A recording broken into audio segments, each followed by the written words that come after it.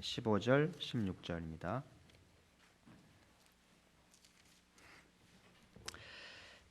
창세기 48장 15절, 16절 우리 같이 한 목소리로 봉독한 후에 우리 나라와 민족을 위해서 한번 통성으로 기도하고 말씀을 나누겠습니다. 15절, 16절.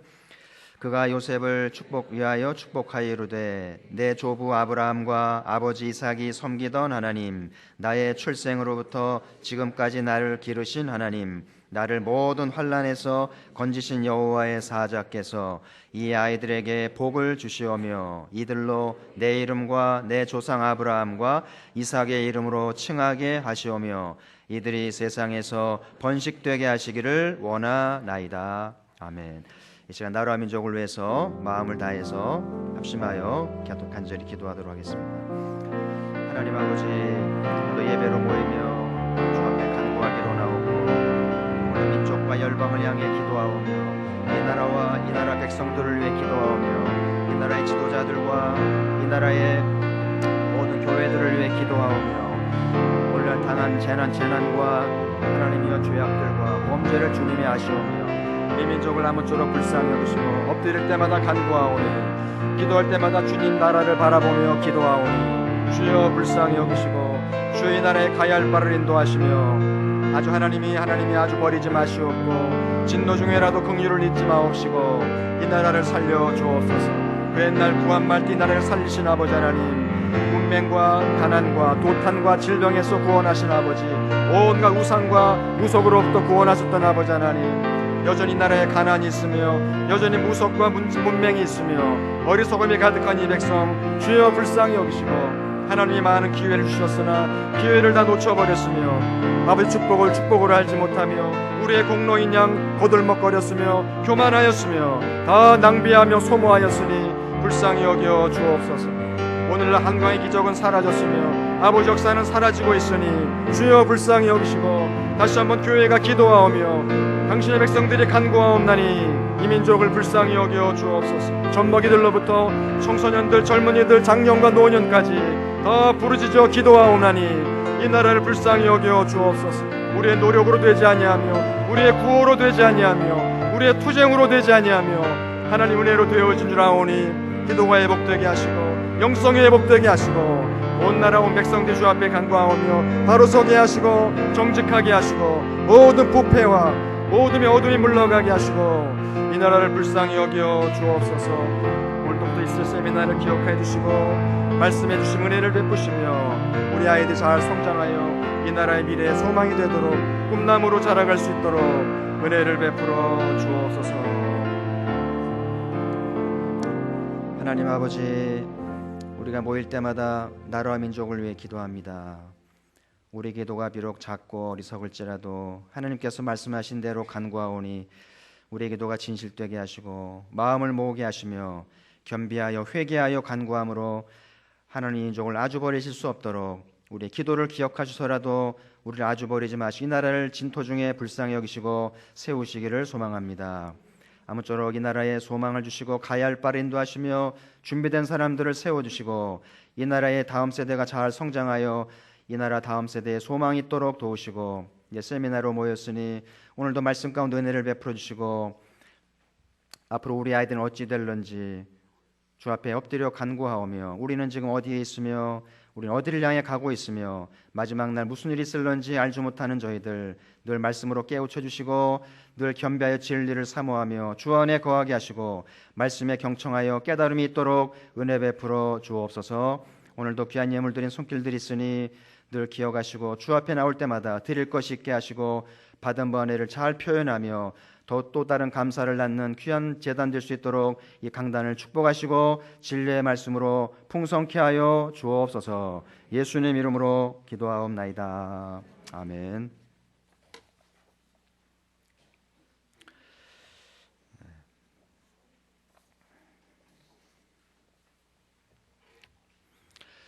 제가 오늘 말씀의 주제를 인생의 사계절로 잡아봤는데요. 제가 좋아하는 책 제목이기도 하고 늘 묵상하게 되는 주제이기도 하고요.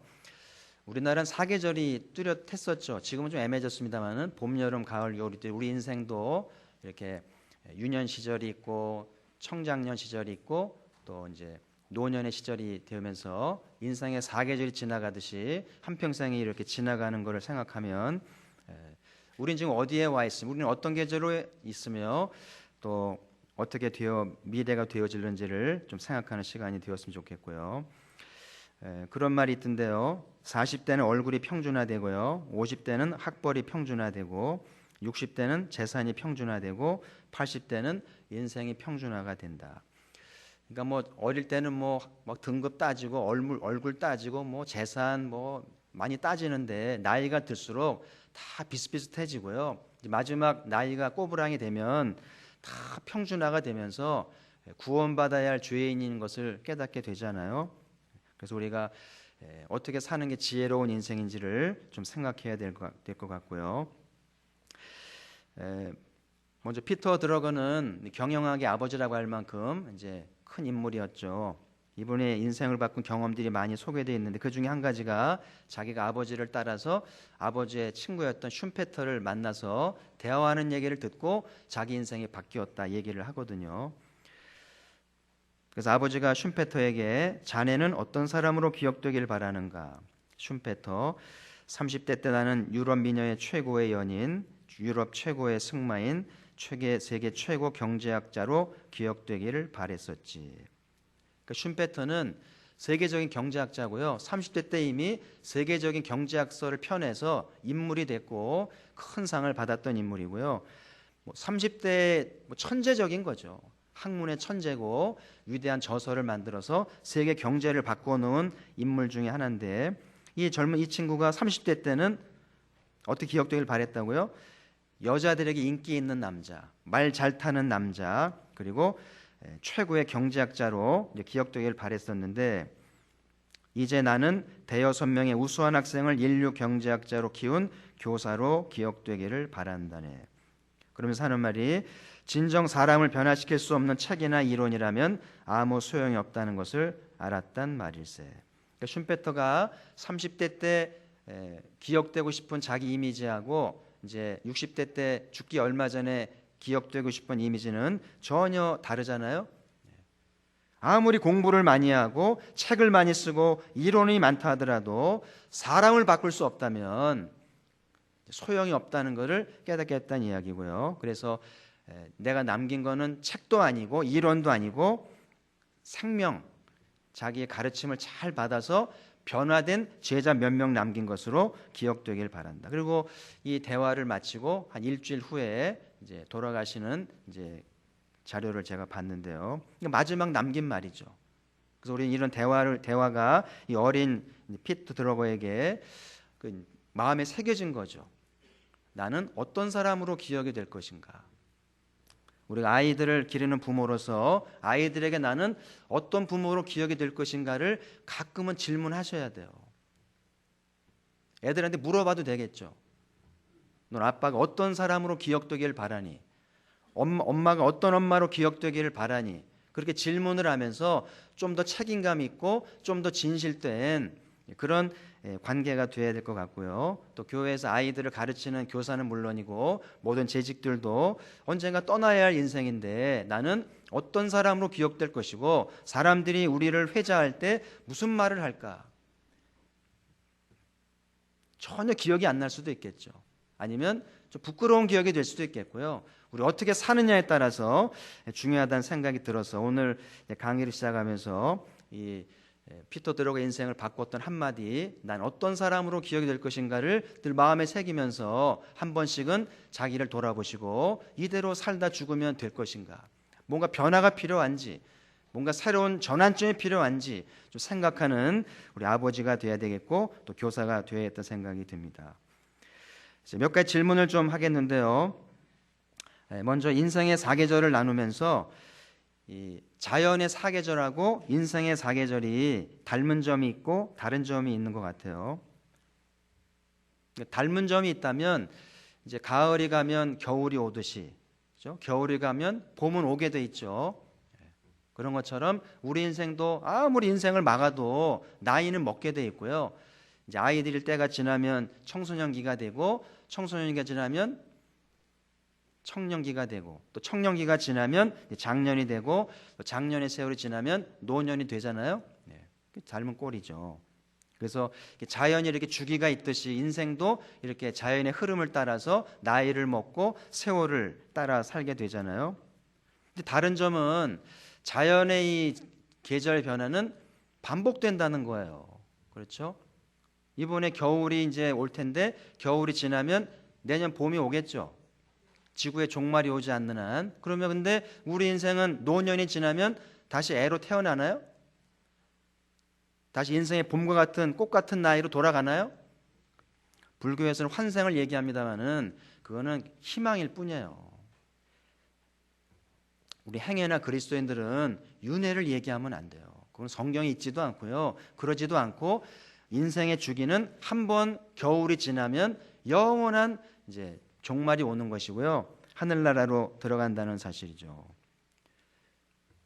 근데 이 자연은 자유의지가 없어요. 하나님이 명령하신 대로 꽃 피우고 열매를 맺고 시들고 그렇게 순종을 해서 하는데 우리 사람에겐 하나님이 이렇게 이제 자유의지를 줬잖아요. 그래서 순종 안 할 수도 있고 열매를 안 맞을 수도 있고 이렇게 자기 의지대로 살아갈 수 있는 이렇게 기회를 주신 것이 자연과는 또 다른 점이라는 생각이 듭니다. 그래서 사람은 자연의 일부이면서 동시에 자연과는 또 다른 특별한 존재라는 것을 생각을 하시면서 그런 질문을 해보고 싶어요. 진정한 성공은 무엇이며 나의 인생을 향한 하나님의 계획은 무엇인가? 제가 질문을 여러분 성공하셨어요? 네. 뭐 성공하게 개념에 따라 다르겠죠. 육아에서는 입신양명이잖아요. 입신양명 안 한 사람은 실패한 거예요. 출세를 하거나 돈을 많이 벌거나 세상에 어떤 주목을 받지 못한다면 그 사람 실패한 거예요. 육아들은 그렇게 봅니다.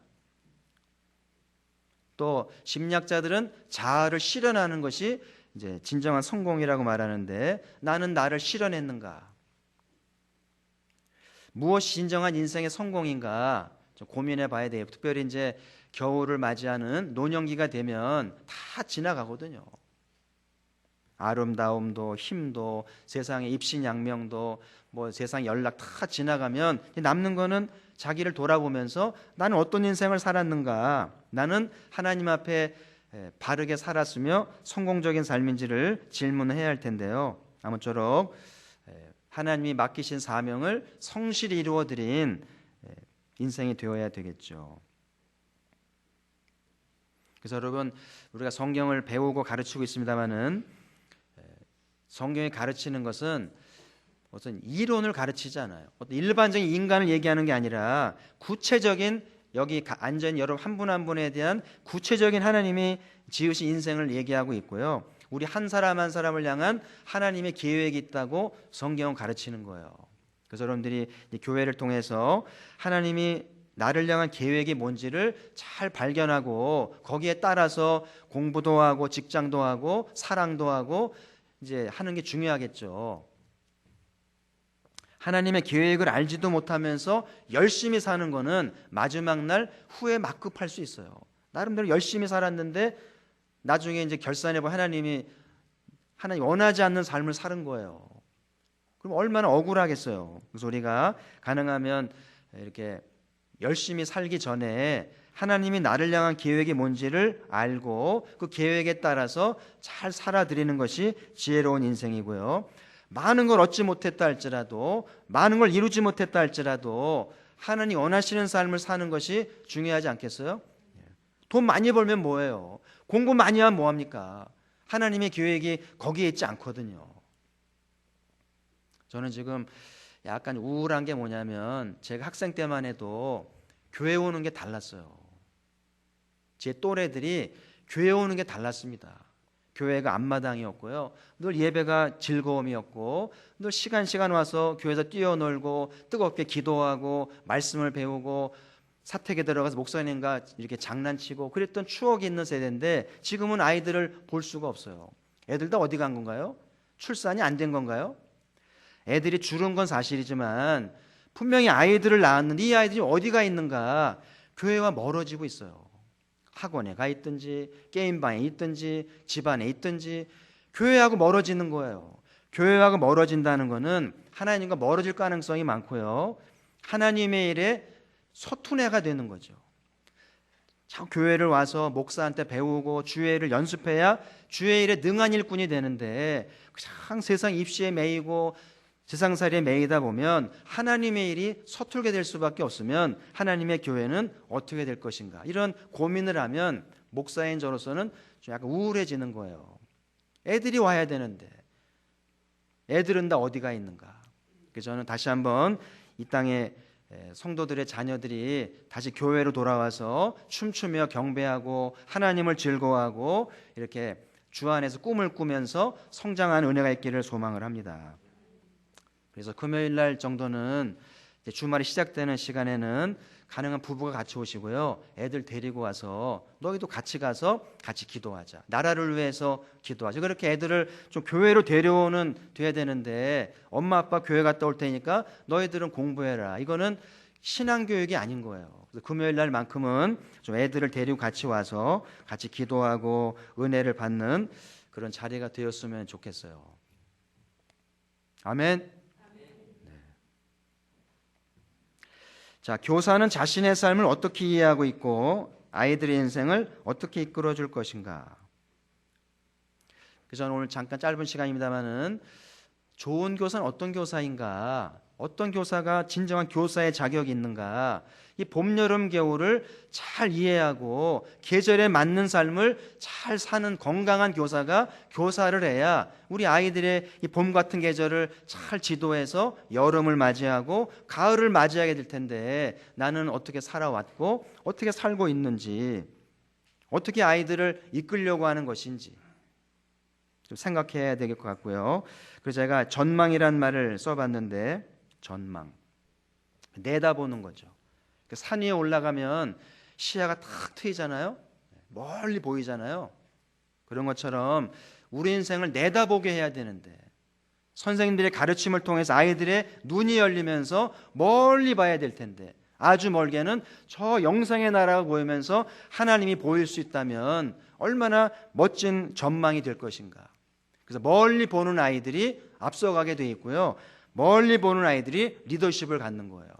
한치 앞에 이해관계 얽매여 가지고 아둥바둥 되는 사람은 절대 리더가 될 수 없어요.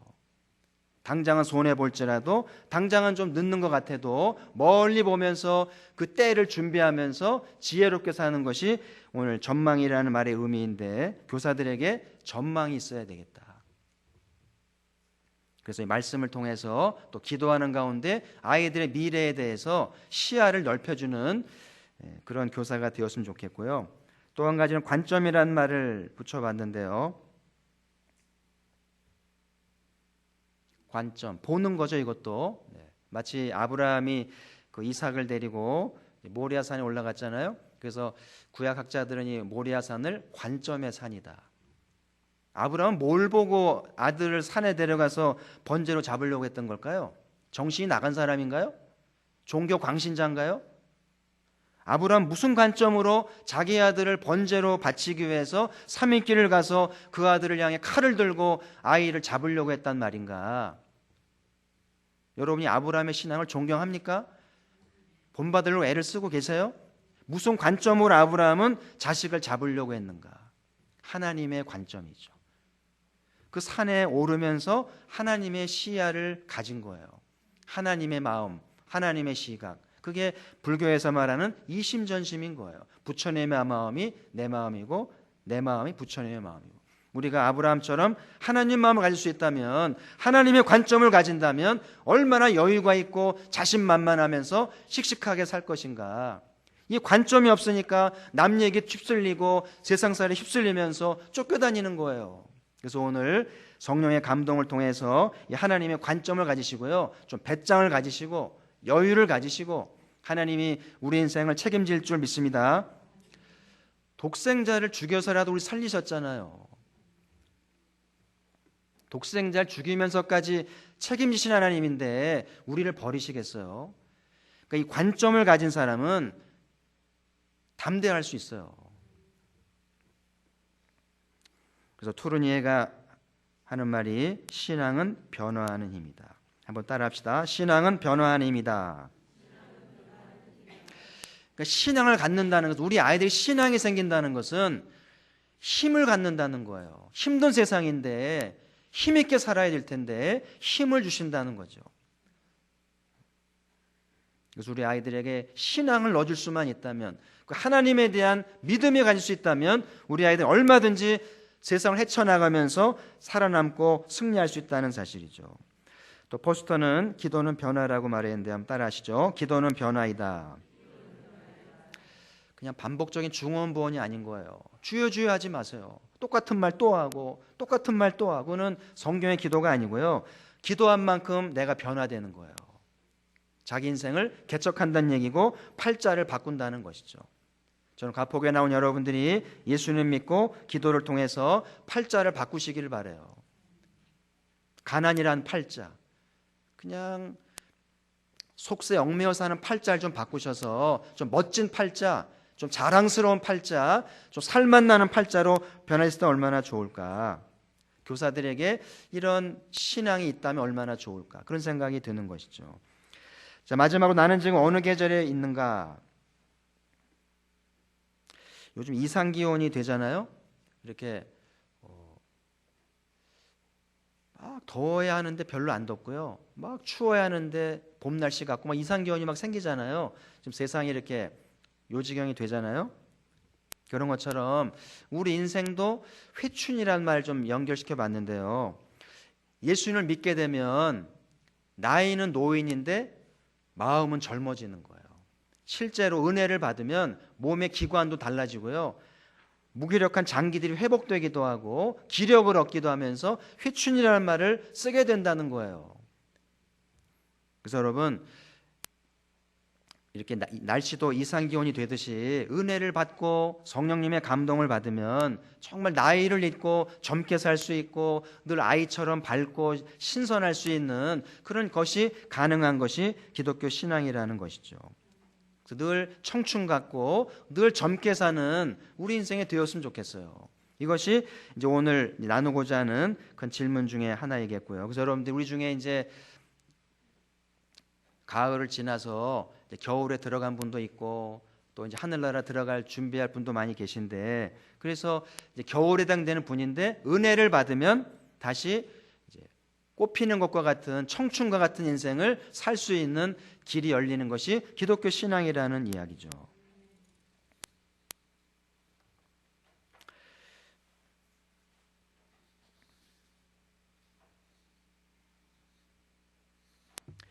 예, 3쪽에 가면 제가 야곱 이야기를 좀 넣어놨는데요. 시간이 거의 다 됐기 때문에 또 이제 서론밖에 안 했는데요. 얘기를 다 못 하겠어요. 여러분 또 집에 가셔야 되니까. 그래서 간단히 야곱 이야기를 좀 정리하려고 하는데요.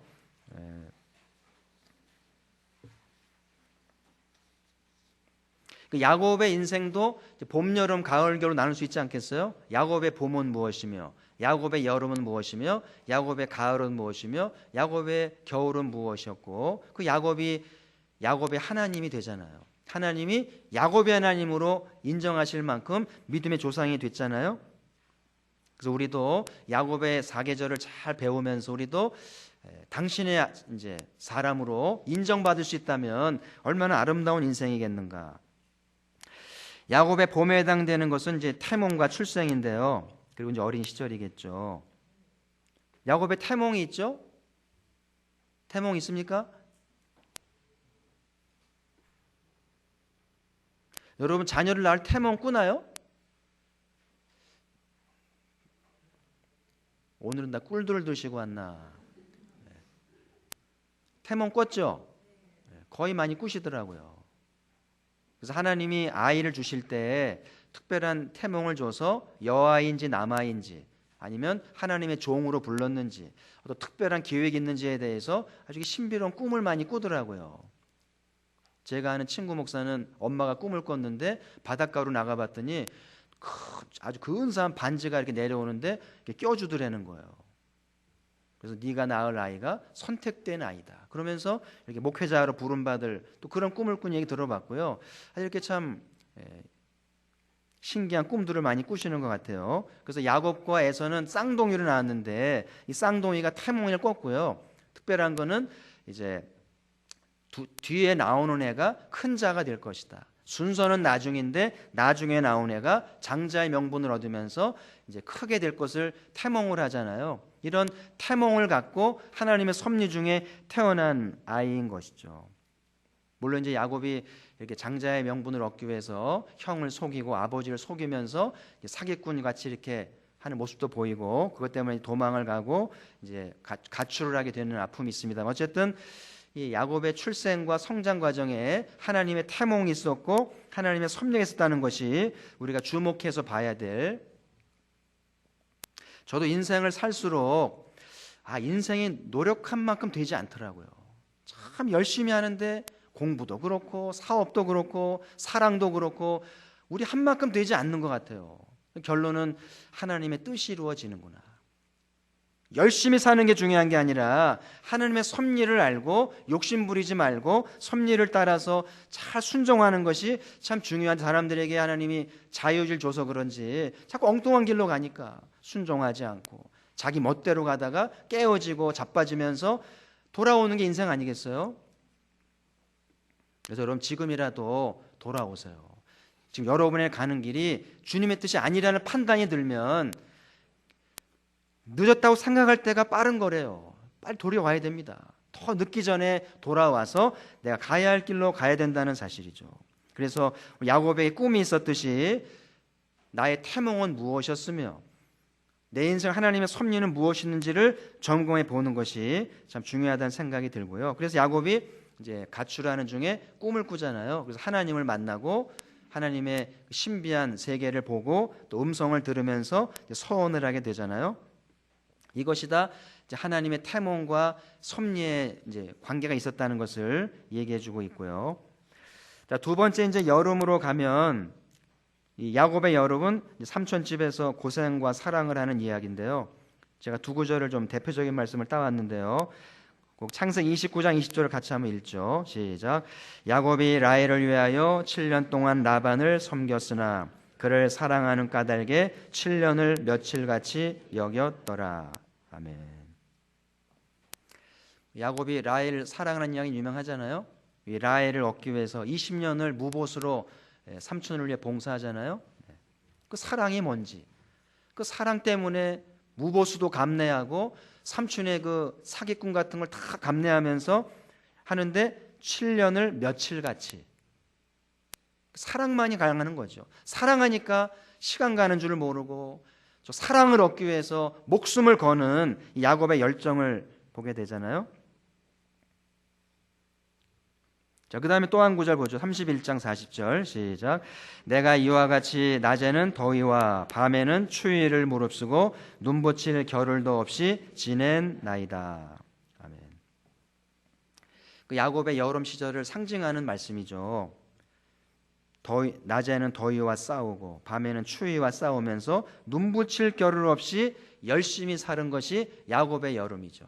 그래서 여러분 여름에 이제 그 과일이나 곡식도 막 태풍 맞고 땡볕 받고 막 나름의 고생이잖아요. 그리고 그 고생을 겪어야 가을에 결실을 하듯이 우리 인생도 여름에는 야곱처럼 막 무릅쓰고 눈붙일 겨를 없이 열심히 살아야 하는 것이 여름의 과업인 거예요. 그래서 우리 아이들이 어려서는 하나님의 섭리를 깨닫고 이제 어린 시절을 오늘 제가 소개하지 못했습니다만은 어린 시절에는 하여튼 기초잖아요. 아이들 꽃과 같다고 그러잖아요. 이렇게 봄이 되면 꽃망울이 펴서 이렇게 발화를 하듯이 우리 어린아이는 새싹과 같은 아이인데 이 새싹이 서리를 맞으면 죽어버리는 거예요.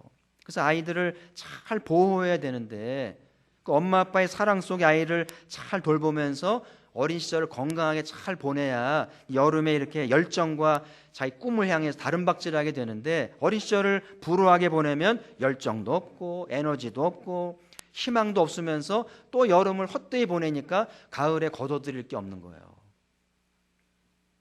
야곱은 어려서부터 태몽 중에 태어났고 부모님의 신앙과 사랑 속에 커서 건강한 여름을 맞이했기 때문에 이렇게 7년을 며칠같이 살았고 눈붙일 겨를도 없이 열정으로 살았다는 이야기죠.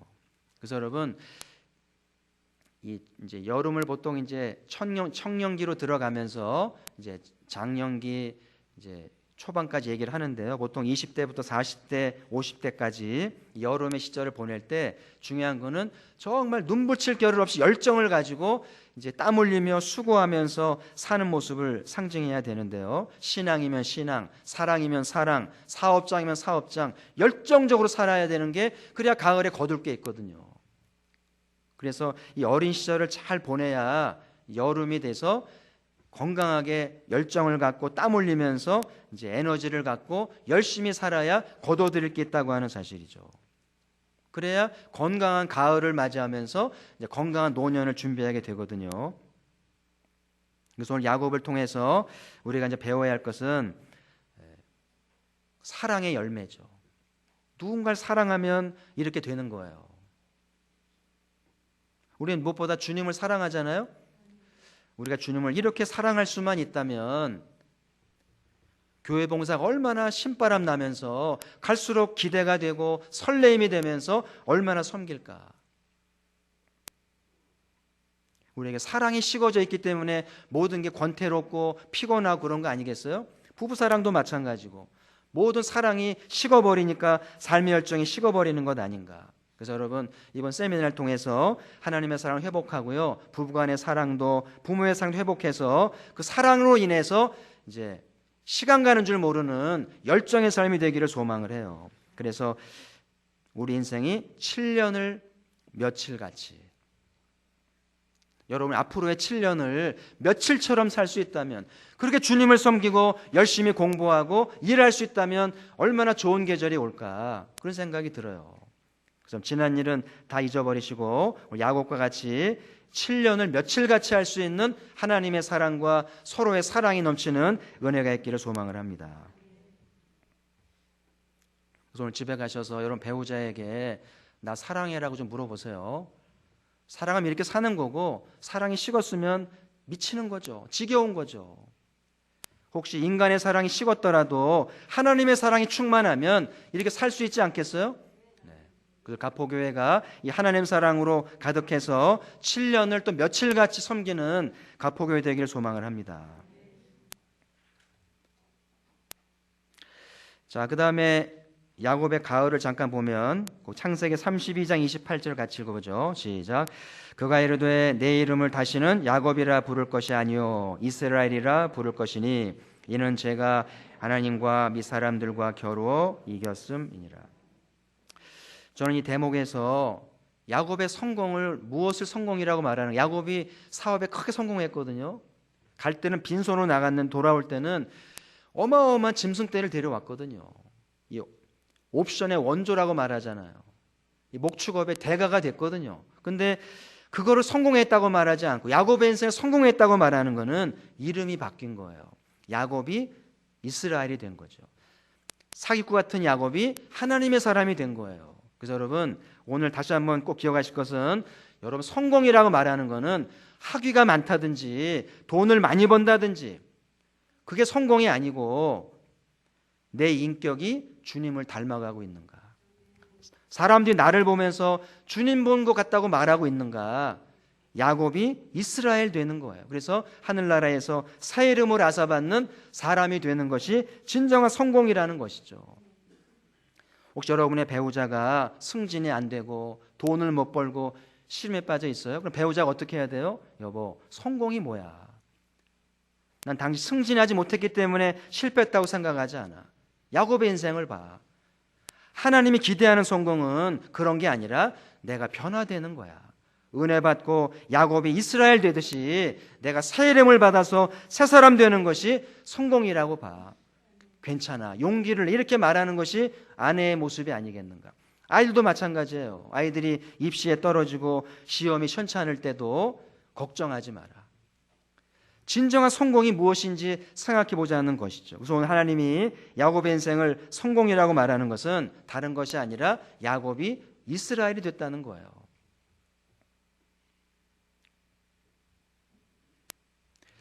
저는 언젠가 가포교회가 좀 새 이름 달기 운동해 버렸으면 좋겠어요. 성경 인물이든 자기 꿈꾸는 인격자의 모습이든 좀 이름을 바꿔서 그렇게 좀 변화되는, 나이가 들수록 좀 성숙해지고 좀 변화되어지고 좀 이렇게 무르익어서 모든 사람이 좋아하는 그런 인격자로 거듭날 수 있다면 얼마나 성공적인 가포교회였는가. 그래서 오늘 여러분이 이 성공에 대한 개념을 좀 바꿀 수 있었으면 좋겠어요. 아멘. 오늘 야곱의 가을에서 꼭 기억해야 할 성공의 이미지라는 생각이 듭니다. 자, 마지막으로 야곱의 겨울인데요. 창세기 47장 같이 한번 읽습니다. 시작. 야곱이 바로에게 아뢰되 내 나그네 길이 세월이 130년이니이다. 내 나이가 얼마 못되니 우리 조상의 나그네 길에 연조에 미치지 못하나 험악한 세월을 보내었나이다 하고 야곱이 바로에게 축복하고 그 앞에서 나오니라.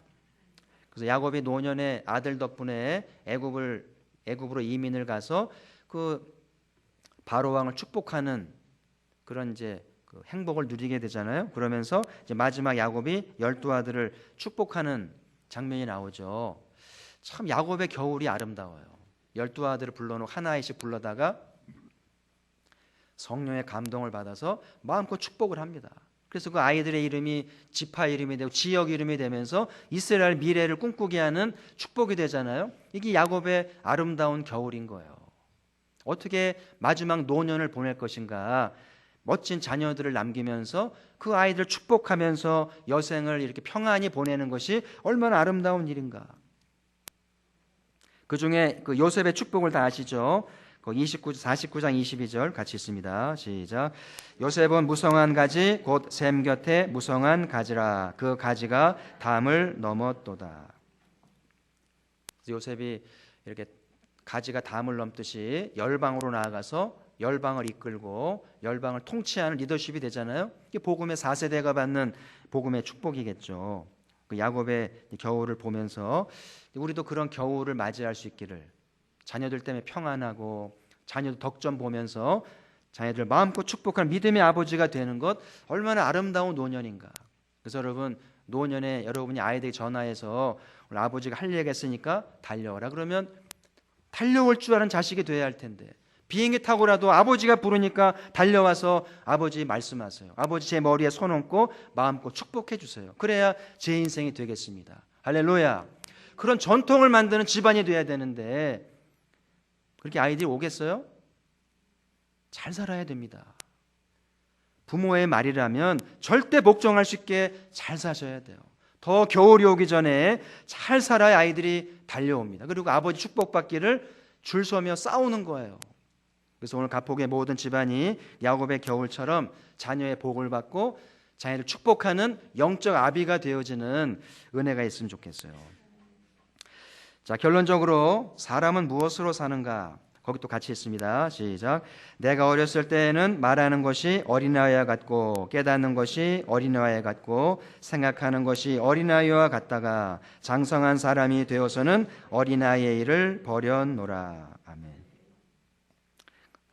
그래서 이렇게 세월이 지나면서 이제 과일이 익어가듯이 우리 인생도 나이가 들면서 성숙해지는 주님을 닮아가는 인격이 돼야 되겠죠.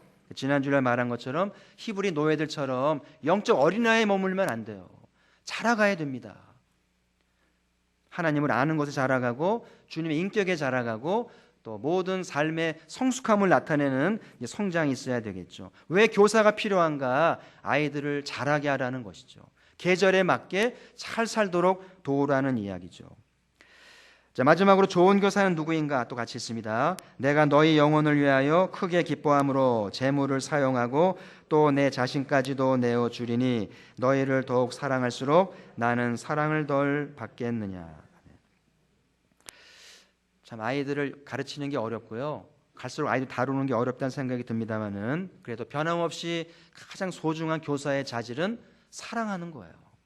사랑 앞에 순종하게 돼 있고 사랑 앞에 변화된다는 생각이 들고, 오늘 사도 바울께서 너희 영혼을 기뻐하기 때문에 내 재물을 다 허비하겠다. 우리가 자식을 위해서 등록금 마련해주고 집장만 해주고 아깝지 않잖아요. 아까우면 부모가 아니죠. 우리가 주님의 일을 내 아이처럼 그렇게 대할 수만 있다면, 내게 맡겨준 아이들을 내 자식처럼 그렇게 허비할 수만 있다면 얼마나 귀한 인물이 나올까.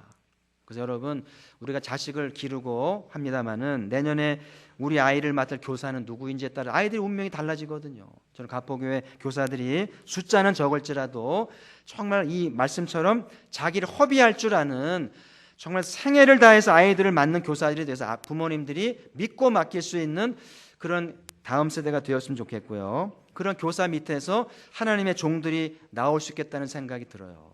그래서 가포교회가 이제 70주년을 맞이하면서 하나님의 종들을 배출하고 하나님 찾으신 사람을 배출하는 교회가 되기를 기대하면서 그런 교사가 나와야 됩니다. 저는 그런 생각을 해요. 다 그만뒀으면 좋겠고요. 원하는 사람 한 사람만 있으면 억지로 하지 말고 정말 자발적으로 한 사람이라도 이런 마음으로 할 수 있다면 얼마든지 가능하다고 저는 봐요. 어떤 한 선생님은 40명 맞습니다. 어떤 선생님은 5명도 까먹더라고요. 숫자가 중요한 게 아니라 주님의 사랑으로 감동을 해서 자신을 허비할 줄 아는 한 사람만 있으면 각 부서는 소망이 있다고 봐요. 여러분 중에 한 사람이 나와서 가포교회를 살리고 다음 세대에 희망을 주는 은혜가 있기를 주님의 이름으로 축복합니다. 이 시간 우리 한번 통성으로 기도하고 마칠 텐데요. 우리 가포